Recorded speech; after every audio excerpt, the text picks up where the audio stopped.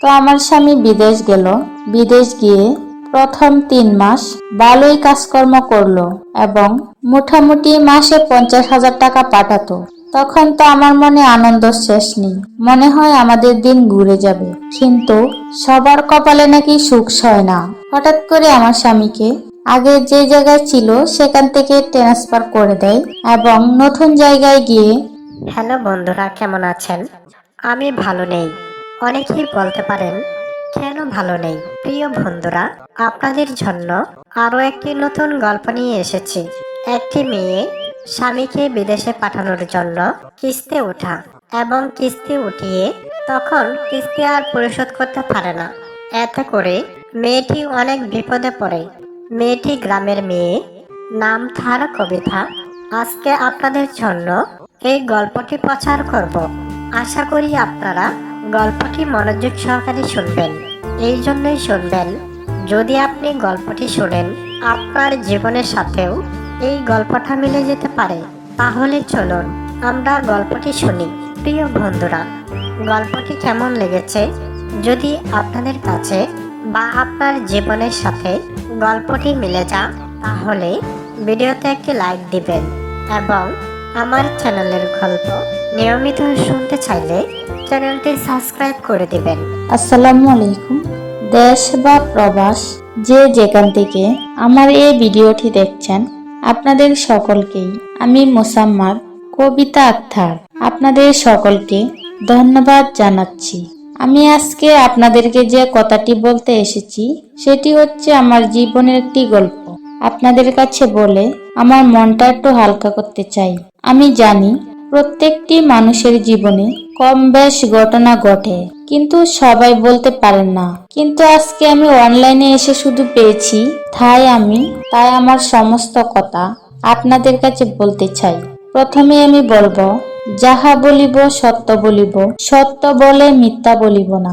আল্লাহকে সাক্ষী রেখে আমি এই ঘটনা বলছি। এটি আমার জীবনের একটি বাস্তব ঘটনা।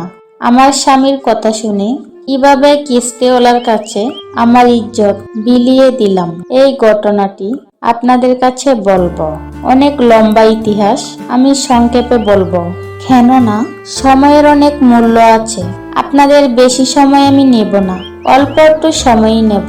আশা করি ছোট বোন হিসাবে আমার এই কথাগুলো আপনারা শুনবেন। তো আমি আর বকবক না করে সরাসরি মূল গল্পে চলে যাচ্ছি।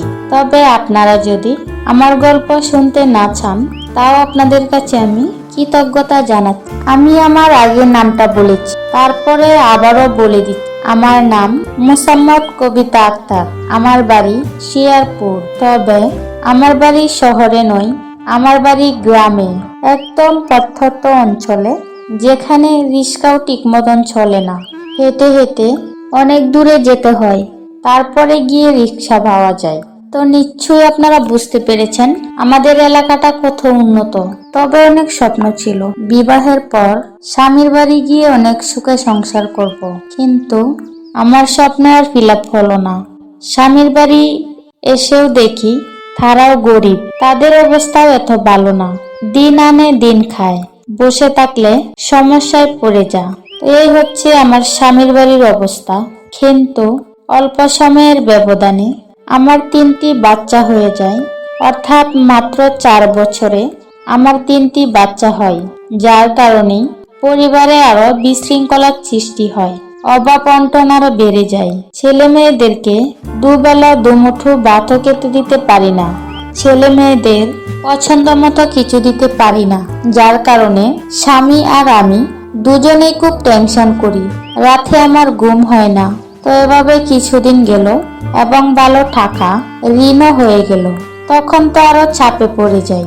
তখন এক সময়ে পাশের বাড়ির আমার এক চাচা আমাকে বলল, একটু কষ্ট মষ্ট করে তোর স্বামীকে বিদেশ পাঠিয়ে দে, হয়তোবা তোদের দিনটা ঘুরতে পারে। তো আমি বললাম, আমাদের তো এত টাকা পয়সা নেই, বিদেশ গেলেও তো কমপক্ষে 4-5 লাখ টাকা লাগবে, এই টাকা কোথা থেকে পাবো?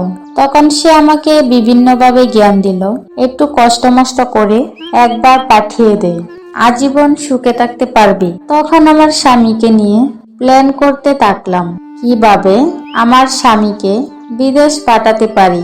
কিন্তু কোনো উপায় পাই না। তো এক পর্যায়ে চিন্তা করলাম সমিতি থেকে লোন নিব এবং আশেপাশ থেকে আরো কিছু ধার দেনা করে স্বামীকে পাঠিয়ে দেব। যেই কথা সেই কাজ, স্বামীকে বিদেশ পাঠালাম। প্রায় 3 লাখ টাকা সমিতি থেকে কিস্তি উঠালাম। তো আমার স্বামী বিদেশ গেল। বিদেশ গিয়ে প্রথম 3 মাস ভালোই কাজকর্ম করলো এবং মোটামুটি মাসে 50,000 টাকা পাঠাতো। তখন তো আমার মনে আনন্দ শেষ নেই, মনে হয় আমাদের দিন ঘুরে যাবে। কিন্তু সবার কপালে নাকি সুখ সয় না। হঠাৎ করে আমার স্বামীকে আগে যে জায়গায় ছিল সেখান থেকে ট্রান্সফার করে দেয় এবং নতুন জায়গায় গিয়ে আমার স্বামী কোনো সুবিধাই করতে পারে না। তখন উল্টো আরো চাপে পড়ে যায়। এতক্ষণ ধৈর্য ধরে গল্পটি শোনার জন্য সকলকেই ধন্যবাদ।